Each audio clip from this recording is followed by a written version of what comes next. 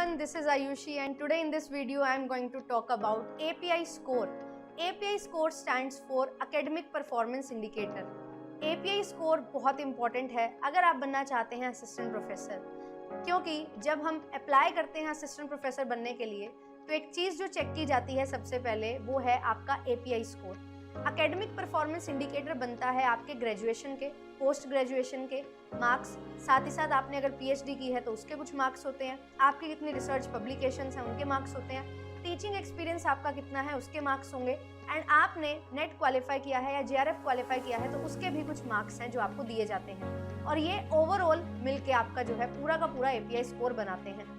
तो 100 में से कितना एपीआई स्कोर आपका होना चाहिए अगर आप चाहते हैं असिस्टेंट प्रोफेसर बनना, उसके बारे में बात करेंगे।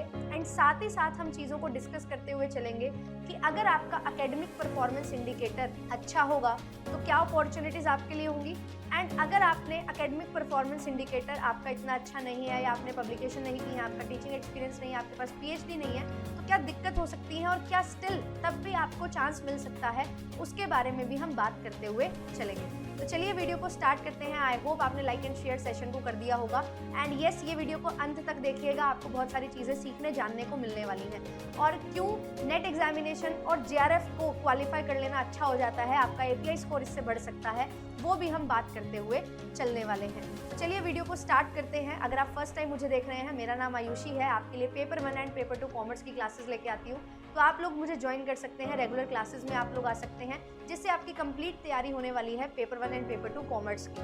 तो एपीआई स्कोर जो है, जैसा मैंने बताया, एकेडमिक परफॉर्मेंस इंडिकेटर, ये बहुत सारी चीज़ों से मिलकर बनता है। एक चीज़ आपको मैं बता दूं, कॉलेजेस के लिए और यूनिवर्सिटीज़ के लिए इसका जो पेरीमीटर है वो थोड़ा इन टर्म्स ऑफ पॉइंट्स अलग हो जाता है। जैसे अगर हम बात करें ग्रेजुएशन और पोस्ट ग्रेजुएशन के मार्क्स की, तो ये मार्क्स थोड़े ज़्यादा होते हैं कॉलेजेस के लिए, और अगर हम यूनिवर्सिटी के लिए बात करें तो उसमें पीएचडी के मार्क्स जो हैं वो थोड़े ज़्यादा रहते हैं। और होता क्या है इसमें, पीएचडी के लिए अगर आप जा रहे हो और आपकी पीएचडी कंप्लीट हो चुकी है तो आपको यूनिवर्सिटी लेवल पे 30 मार्क्स मिलेंगे, कॉलेज लेवल पे इसके 25 मार्क्स मिलने वाले हैं। और सबसे मेजर चेंज आपका जो एपीआई स्कोर में है वो पीएचडी ही लेके आता है।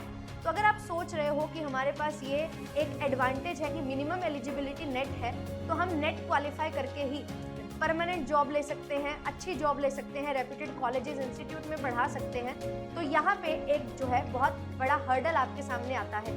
जिन्होंने पीएचडी की है उनके लिए ये रेस थोड़ी आसान हो जाती है, क्योंकि 25 और 30 नंबर बहुत बड़ी बात है, एंड जिन्होंने पीएचडी नहीं की है उनके ये मार्क्स थोड़े कम रह जाते हैं। बट क्या इन मार्क्स के अलावा और कुछ नहीं हो सकता? तो ऐसा भी नहीं है, आप लोग बिल्कुल एडहॉक बेसिस, कॉन्ट्रैक्चुअल बेसिस के लिए बिल्कुल अप्लाई कर सकते हो, and even yes on the basis of net आपको परमानेंट जॉब्स भी मिल सकती हैं, बट थोड़ा सा जो है अलग तरीके से आपको अप्रोच करना पड़ेगा। तो चलिए एपीआई के बारे में दोबारा से जो है कंटिन्यू करते हैं बात जो हम कर रहे थे। तो अगर मैं आपसे बोलूं कि अगर आपने ग्रेजुएशन में 80% से ज़्यादा मार्क्स स्कोर किए हैं तो आपको ज़्यादा मार्क्स मिलेंगे, विद रिस्पेक्ट टू कि अगर आपने 60% से ज़्यादा मार्क्स स्कोर किए हैं। तो 60 to 70, 70 to 80 और 80+, ये 3 क्राइटेरिया आपके graduation and post graduation marks के होते हैं।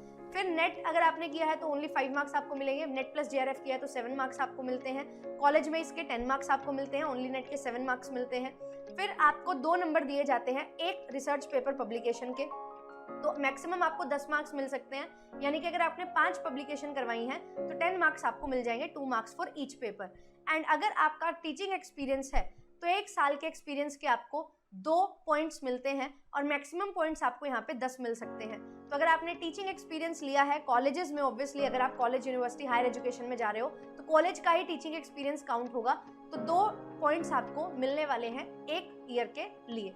तो ये सारी चीज़ें आपके लिए जो है वो रहती हैं। अगर आपने एमफिल वगैरह की है, अभी तो एमफिल डिसकंटिन्यू हो चुकी है, बट अगर आपने 2 साल पहले एमफिल कर ली थी तो येस आपको जो है वहाँ पे मार्क्स मिल जाएंगे।